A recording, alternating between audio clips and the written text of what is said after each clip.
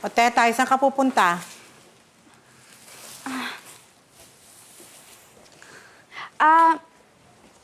Madam, papapirma lang po sana ako.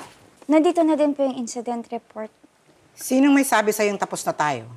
Paupo ka. Bagal! Ito na po, madam.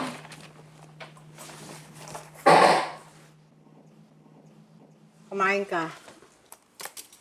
Salamat po, madam. Wow, ang sarap. Madam, pasensya na po sa nangyari, Okay lang yon. Mabuti nga nasira na yun para matapon na. Kasi baka hindi ka pa pumayag na itapon ko yun. Pero, matanong ko lang po, madam. Bakit po ba gusto niyo na ipatapon yun? Eh, di ba po ang sabi niyo po sa akin, regalo niyo yun sa anak niyo? Yes, totoo. 8th birthday to be exact. Hindi niya nga yun halos bitawan eh. It became her security blanket. Security blanket, pero stuffed toy. Di ba, madam, dapat security stuffed toy?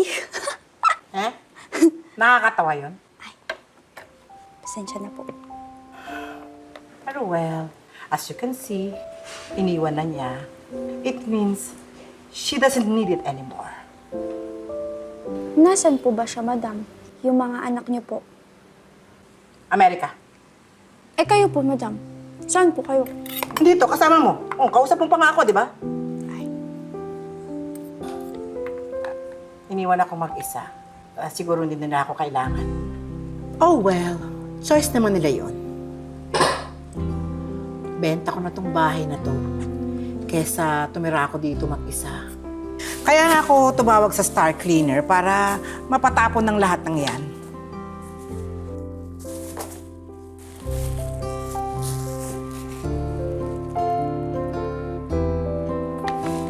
Tapon din to ha. Tapon lahat. Lahat tapon. Tapon.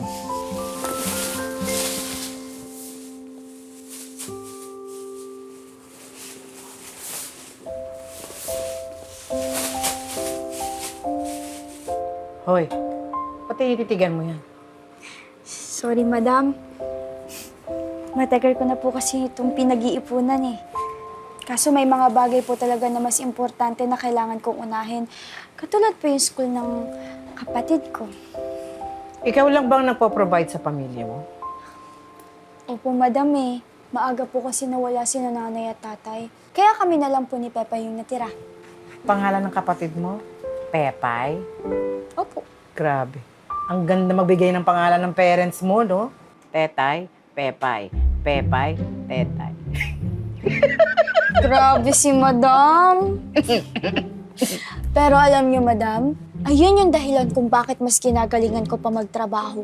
Para mabigay ko po yung kailangan ni Pepay. Kaya itong bag na to, mabibili ko din to soon. Kapag naging Star Cleaner of the Month ako. Ayun pa yung ilagay niya sa feedback, ha? Magaling. Hindi ako sure. Tignan ko. Oh, tama na. Baka mabura eh, no? Sisagad na sa himas. Madam, sa tingin niyo po, bakit po kayo iniwan ng pamilya niyo? Ay! Pasensya na po, madam. Minsan po kasi talaga matabi yung bunganga ko eh. Huwag niyo na pong sagutin. Gusto mo bang sagutin ko yan o hindi? Siyempre, madam, gusto po.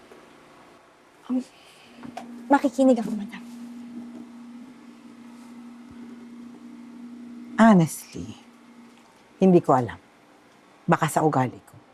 Pero ma'am, mabait naman po kayo. Tsaka di ba po ang sabi niyo sa akin, maalaga po kayo. Well, matagal na kaming hindi okay ng asawa ko. In fact, sa kabilang kwarto na siya natutulog. I always overhear my children saying, nagger daw ako. Lagi ko daw kinokontrol yung mga buhay nila. Overprotective kasi ako. Dahil ayoko mangyari sa kanila yung nangyari sa daddy ko. Yung biglang nawala. Kaya, look at me now. I'm alone. Yung pagiging overprotective ko ang naglayo sa akin sa kanila. Pero madam, enough reason po yun para iwanan nila kayo.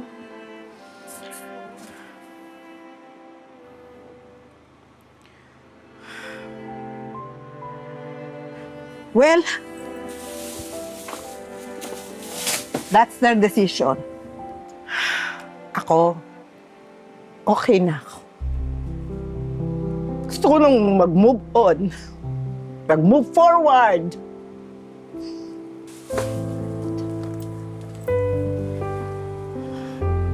Ikaw ngayon lang tayo nagkakilala. Ang dami-dami ko nang nakwento sa'yo. Yan ba talaga isa sa requirement ng Star Cleaner? Madam, isa po talaga yun sa mga charms ko. Tsaka, isa po yun yung traits ng Star Cleaner of the Month.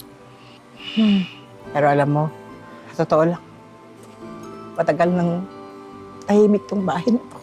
Pag wala nang dumating ka, umingay siyang uli. Ang ingay mo kasi. Madam, huwag na po kayo umiyak. Hindi na, ang ingay mo. Huwag na po kayo umiyak. O, yun na naman, maingay ka. Quiet.